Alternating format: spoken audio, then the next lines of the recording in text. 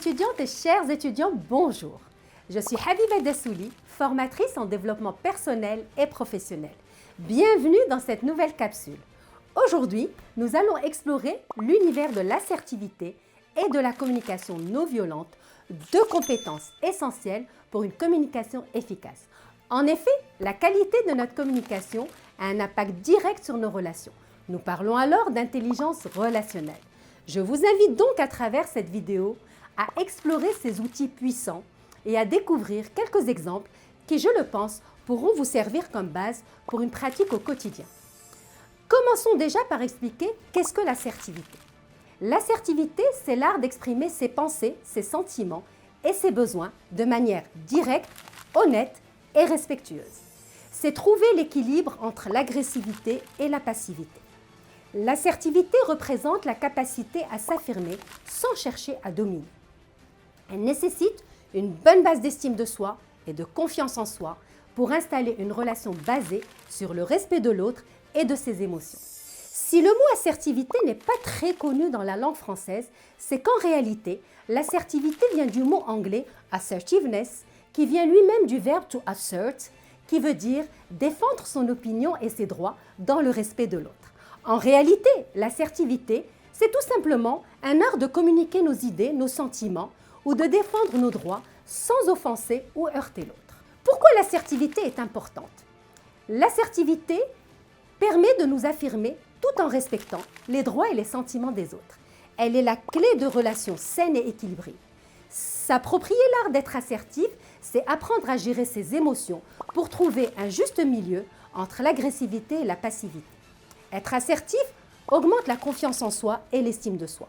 En plus de cela, l'assertivité améliore l'image de soi au niveau professionnel et social. L'assertivité génère un bien-être émotionnel aussi. Et puis être assertif, ça permet d'économiser son énergie.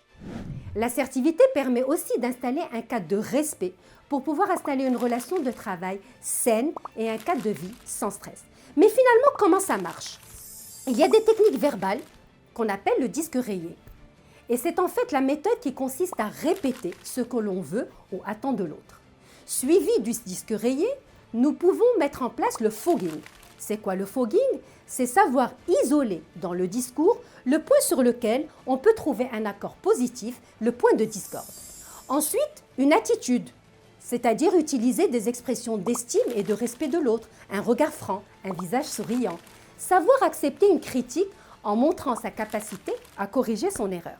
C'est aussi une posture, une voix calme, les bras ouverts, un débit de parole correct. Comment communiquer sans violence? Comment la pratiquer et quelles sont les erreurs à éviter?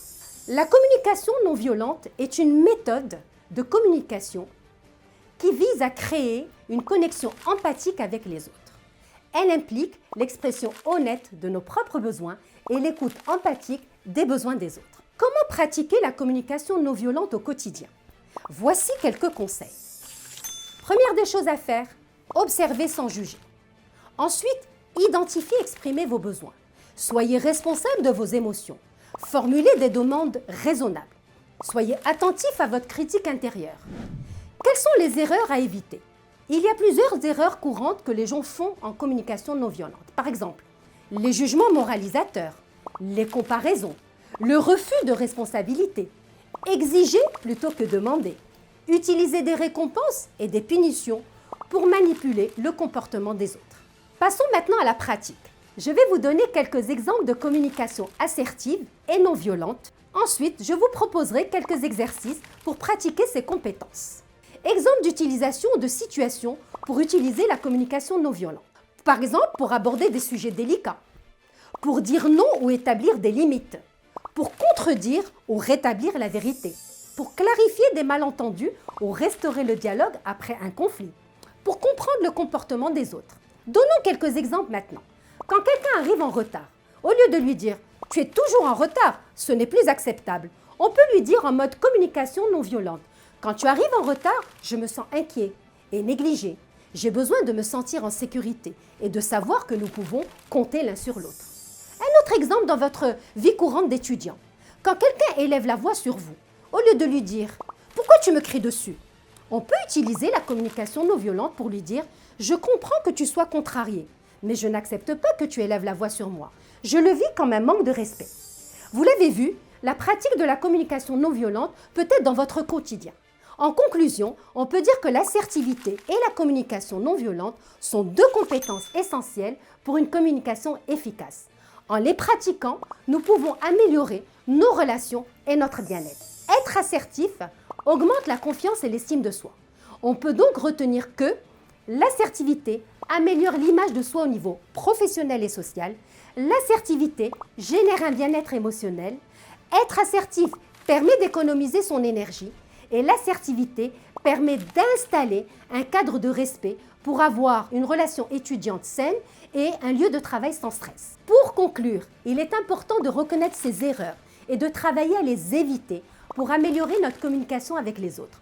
En apprenant à éviter ces erreurs, nous pouvons créer une communication plus respectueuse et plus empathique. N'oubliez pas de répondre au quiz d'1 minute en fin de cette vidéo et à la prochaine!